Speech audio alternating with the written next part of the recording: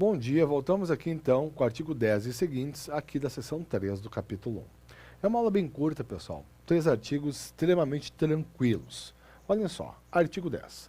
As obras e serviços poderão ser executados nas seguintes formas. 1. Execução direta. 2. Execução indireta. Nos seguintes regimes. A. Empreitada por preço global. B. Empreitada por preço unitário. D. Tarefa e E. Empreitada integral. Parágrafo único vetado. Então, nada é novo, né, pessoal? Simplesmente houve uma referência novamente. Vejam só, mais uma vez, obras e serviços. Quais são as formas de execução, genericamente falando? A direta e a indireta. Dentro da indireta, a mesma coisa, né? Artigo 6º, só que aqui não tem as definições. Eu tenho os 4 regimes. Empreitada por preço global, unitário, a tarefa e a nossa nobre empreitada integral. Seguindo aqui já para o nosso artigo 11, vamos lá. As obras e serviços destinados aos mesmos fins terão projetos padronizados por tipos, categorias ou classes, exceto quando o projeto padrão não atender às condições peculiares do local ou às exigências específicas do empreendimento. Então, pessoal, na verdade, já até vou adiantar não, porque é uma coisa muito singela. Esse artigo 11 até já caiu assim em prova, ele consagra o princípio da padronização. Ora, isso aqui é uma aplicação direta do princípio de eficiência. A fim de ampliar a eficiência administrativa, simplificar os atos preparatórios no que toca à etapa interna do procedimento, a fim de facilitar para que eventuais interessados possam já desde logo se preparar para futuras licitações, as obras e serviços destinados a fins idênticos deverão ter projetos padrões divididos por tipos, por categorias ou classe, ou seja, projetos padronizados conforme a espécie, a singularidade do objeto pretendido pela administração. Não se aplica apenas isto, né, pessoal? Uma coisa evidentemente lógica, quando no caso em concreto, o projeto padrão não atender, seja as condições peculiares do local, seja as condições específicas do empreendimento. Numa literalidade do artigo 11, o princípio da padronização aplica-se tão só a obras e serviços.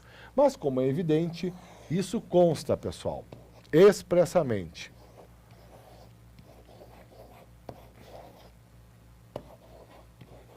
mais adiante na lei.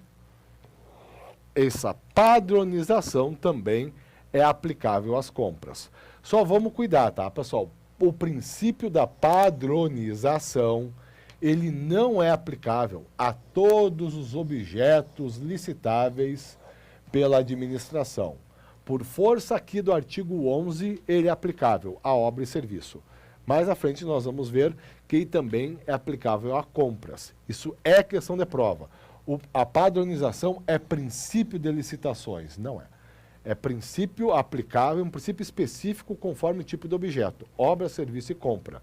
Por exemplo, numa licitação visando uma alienação, não tem como tu falar em padronização. Por exemplo, a administração está licitando o imóvel A, tudo bem. É um terreno baldio, por exemplo, tranquilo. Como é que ela vai se valer de qualquer espécie de padronização quando ela for licitar, que ela quer alienar um imóvel público B? Não tem, logicamente, como aplicar o princípio. Então, friso para nós seguir, já fechando aqui com o artigo 12, padronização é aplicável a 3 espécies de objetos licitáveis: compras, obras e serviços, não a todos os objetos licitáveis pela administração. Fechando aqui o artigo 12, bem tranquilo, pessoal. Nos projetos básicos e projetos executivos de obras e serviços serão considerados principalmente os seguintes requisitos. Então aqui já está bem claro, mas não custa destacar. Um rol de natureza... Opa, já escrevi besteira. Um rol de caráter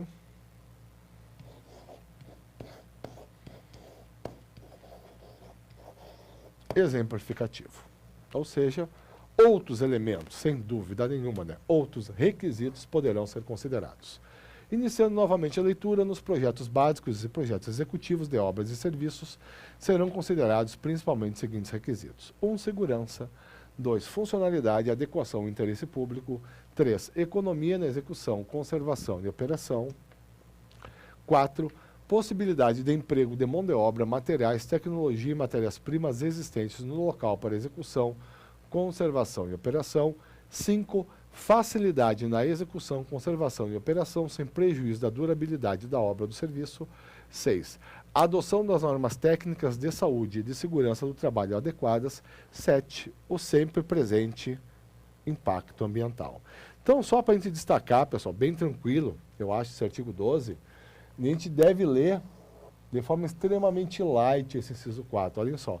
Possibilidade de emprego de mão de obra, materiais, tecnologia e matérias-primas existentes no local de execução, conservação e operação.